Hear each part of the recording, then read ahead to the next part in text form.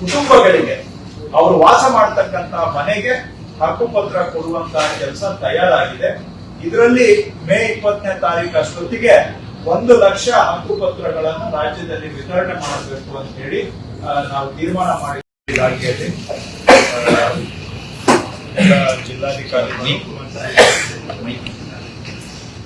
ಜಿಲ್ಲಾಧಿಕಾರಿಗಳು ಮತ್ತೆ ಸರ್ವೆ ಇಲಾಖೆ ಜಿಲ್ಲಾ ಮುಖ್ಯಸ್ಥರು ಅವರು ಸಭೆಯನ್ನ ಇಟ್ಕೊಂಡಿದ್ದೇವೆ.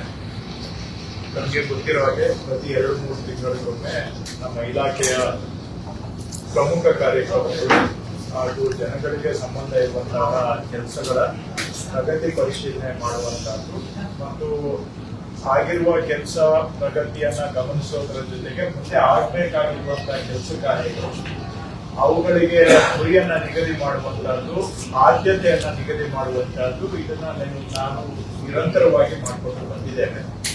ಅದರ ಮುಂದುವರೆದ ಭಾಗವಾಗಿ ಇವತ್ತು ಸಭೆಯನ್ನ ಹಮ್ಮಿಕೊಂಡಿದ್ದೇವೆ. ನಮ್ಮಲ್ಲಿ 4 ಪ್ರಮುಖವಾದಂತಹ ಕಾರ್ಯಕ್ರಮಗಳು ಹಾಲಿ ಚಾಲ್ತಿಯಲ್ಲಿದ್ದಾವೆ. ಎಲ್ಲಾ ವಿಷಯಗಳನ್ನು ತಮ್ಗೆ ಹೇಳಲಿಕ್ಕೆ ಹೋಗೋದಿಲ್ಲ, ಯಾಕಂದ್ರೆ ಆಗಾಗ ನಾವು ಮಾತಾಡ್ತಾ ಇರ್ತೇವೆ. 1-2 ವಿಷಯ ಪ್ರಮುಖ ಕಾರ್ಯಕ್ರಮಗಳ ಪ್ರಗತಿಯನ್ನ ತಮ್ಮ ಜೊತೆಗೆ ಹಂಚ್ಕೊಳ್ಳಿಕ್ಕೆ ಬಯಸ್ತೇನೆ. ಈಗ ರಾಜ್ಯದಲ್ಲಿ ಸುಮಾರು ಹಾಡಿಗಳು, ತಾಂಡಗಳು, ಈ ರೀತಿಯಾದಂತಹ ಜನವಸತಿ ಪ್ರದೇಶಗಳು ಕಂದಾಯ ಗ್ರಾಮ ಆಗದೆ ಅಲ್ಲಿ ವಾಸ ಮಾಡ್ತಾ ಇರ್ತಕ್ಕಂತಹ ಜನಗಳಿಗೆ ಅನೇಕ ಸೌಲಭ್ಯಗಳು ಸಿಗದೆ ಅವರು ತೊಂದರೆಗೆ ಒಳಪಟ್ಟಿರುವಂತಹದನ್ನ, ಇದು ಇವತ್ತಿನ ಸಮಸ್ಯೆ ಅಲ್ಲ, 16 ವರ್ಷಗಳಿಂದ ರಾಜ್ಯದಲ್ಲಿ ಇದು ಚರ್ಚೆ ಆಗಿ ಇದಕ್ಕೆ ಏನಾದರೂ ಒಂದು ಪರಿಹಾರ ಕೊಡಬೇಕು ಅಂತೇಳಿ ಹಿಂದೆ ಕಾಂಗ್ರೆಸ್ ಸರ್ಕಾರ ಇದ್ದಾಗ ಕಾನೂನಿಗೆ ತಿದ್ದುಪಡಿಯನ್ನ ಮಾಡಿ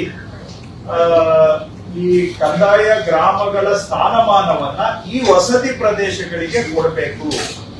ಯಾವ ಕಂದಾಯ ಗ್ರಾಮಗಳು ಆಗಿಲ್ಲ, ಆದ್ರೆ ವಸತಿ ಪ್ರದೇಶಗಳಿದ್ದಾವೆ, ಹ್ಯಾಬಿಟೇಷನ್ಸ್ ಅಂತ ಇದೆ, ತಾಂಡ ಆಗ್ಬೋದು, ಹಟ್ಟಿಗಳಾಗ್ಬೋದು, ಅಥವಾ ಈ ರೀತಿಯಾದಂತಹ ಕೆಲವು ಬೇರೆ ಬೇರೆ ಹೆಸರುಗಳು ಬೇರೆ ಬೇರೆ ಭಾಗದಲ್ಲಿ ಅವಕ್ಕೆ ಇದ್ದಾವೆ, ಮಜರಾ ಗ್ರಾಮಗಳು, ಇವೆಲ್ಲ ಅವುಗಳಿಗೆ ಕಂದಾಯ ಗ್ರಾಮದ ಸ್ಥಾನಮಾನವನ್ನ ಕೊಟ್ಟು ಅದರ ಜೊತೆಗೆ ಅಲ್ಲಿ ವಾಸ ಮಾಡ್ತಾ ಇರತಕ್ಕಂತ ಜನಗಳಿಗೆ ಶಾಶ್ವತ ಹಕ್ಕುಪತ್ರವನ್ನು ಕೂಡ ಕೊಟ್ಟು ಅವರು ಇರ್ತಕ್ಕಂಥ ತ್ರಿಶಂಕು ಸ್ಥಿತಿಯಿಂದ ಅವರಿಗೆ ಒಂದು ಪರಿಹಾರವನ್ನ, ಶಾಶ್ವತ ಪರಿಹಾರವನ್ನ ಕೊಡಬೇಕು.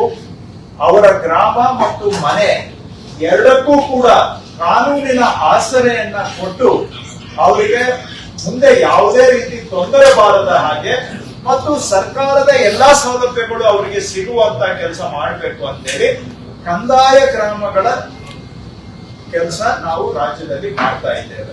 2016-17ರಲ್ಲಿ ನಮ್ಮ ಸರ್ಕಾರ ಇದ್ದಾಗ ಇದಕ್ಕೆ ಬೇಕಾದಂತ ಕಾನೂನನ್ನ ನಾವು ರಚನೆ ಮಾಡಿದ್ದೇವೆ. ಹೋದ ಹಿಂದಿನ 5 ವರ್ಷದಲ್ಲಿ ಸುಮಾರು 1 ಲಕ್ಷ ಜನರಿಗೆ ಈ ರೀತಿಯಾದಂತಹ ಒಂದು ಹಕ್ಕುಪತ್ರವನ್ನ ಕೊಡುವಂತ ಕೆಲಸ ಆಗಿದೆ 5 ವರ್ಷದಲ್ಲಿ. ನಾವು ನಮ್ಮ ಸರ್ಕಾರ ಬಂದ ಮೇಲೆ ಈ ಕೆಲಸವನ್ನ ಎಳೆದುಕೊಂಡು ಹೋಗುವಂತಹದ್ದು ಆಗಬಾರದು, ವರ್ಷಾನುಗಟ್ಲೆ ಮುಂದುವರಿಯಬಾರದು. ಇದು ಒಂದು ನಿರ್ದಿಷ್ಟವಾಗಿ ಕೆಲಸ ಆಗಬೇಕು ಅಂತೇಳಿ ಆದ್ಯತೆ ಕಾರ್ಯಕ್ರಮವಾಗಿ ತೆಗೆದುಕೊಂಡಿದ್ದೇವೆ.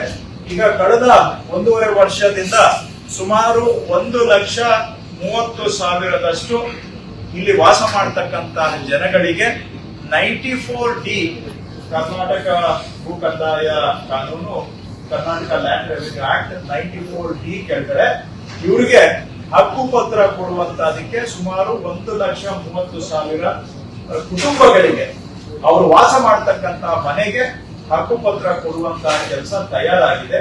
ಇದರಲ್ಲಿ ಮೇ 20ನೇ ತಾರೀಕು ಅಷ್ಟೊತ್ತಿಗೆ 1 ಲಕ್ಷ ಹಕ್ಕುಪತ್ರಗಳನ್ನು ರಾಜ್ಯದಲ್ಲಿ ವಿತರಣೆ ಮಾಡಬೇಕು ಅಂತ ಹೇಳಿ ನಾವು ತೀರ್ಮಾನ ಮಾಡಿದ್ದೇವೆ. ಸುಮಾರು 1 ಲಕ್ಷ ಹಕ್ಕುಪತ್ರಗಳನ್ನ ಬರುವ 1 ತಿಂಗಳಲ್ಲಿ ವಿತರಣೆ ಮಾಡ್ತೇವೆ. ಹಾಗೂ ಮುಂದುವರೆದು ಈ ವರ್ಷದ ಅಂತ್ಯಕ್ಕೆ ಸುಮಾರು ಕನಿಷ್ಠ 2 ಲಕ್ಷ ಜನಗಳಿಗೆ ಇಲ್ಲಿ ವಾಸ ಮಾಡತಕ್ಕಂತ 2 ಲಕ್ಷ ಕುಟುಂಬಗಳಿಗೆ ಹಕ್ಕುಪತ್ರ ಕೊಡಬೇಕು ಅನ್ನುವಂತ ಗುರಿಯನ್ನ ಇಟ್ಕೊಂಡಿದ್ದೇವೆ. ಈ ವರ್ಷದ ಅಂತ್ಯದೊಳಗಡೆ 2 ಲಕ್ಷ ಹಕ್ಕುಪತ್ರ ವಿತರಣೆ, ಮೇ ತಿಂಗಳಲ್ಲಿ 1 ಲಕ್ಷ ಹಕ್ಕುಪತ್ರ ವಿತರಣೆ ಮಾಡುವುದರ ಮುಖಾಂತರ ನಮ್ಮ ಸರ್ಕಾರದ 2 ವರ್ಷ ಜನಪರ ಆಡಳಿತ ಸಾರ್ಥಕ ಒಂದು ಕಾರ್ಯಕ್ರಮವನ್ನ ಮಾಡಬೇಕು. ಸೊ ಮೇ 21 ಒಂದು 1 ಲಕ್ಷ ಜನಕ್ಕೆ ಹಕ್ಕುಪತ್ರವನ್ನ ಕೊಡುವಂತ ಕೆಲಸ ಮಾಡ್ತಾ ಇದ್ದೇವೆ. ಹೆಚ್ಚಿನ ವಿಡಿಯೋಗಳಿಗೆ ಪ್ರತಿಧ್ವನಿ ಯೂಟ್ಯೂಬ್ ಚಾನೆಲ್ ಸಬ್ಸ್ಕ್ರೈಬ್ ಮಾಡಿ, ಬೆಲ್ ಐಕಾನ್ ಕ್ಲಿಕ್ ಮಾಡಿ.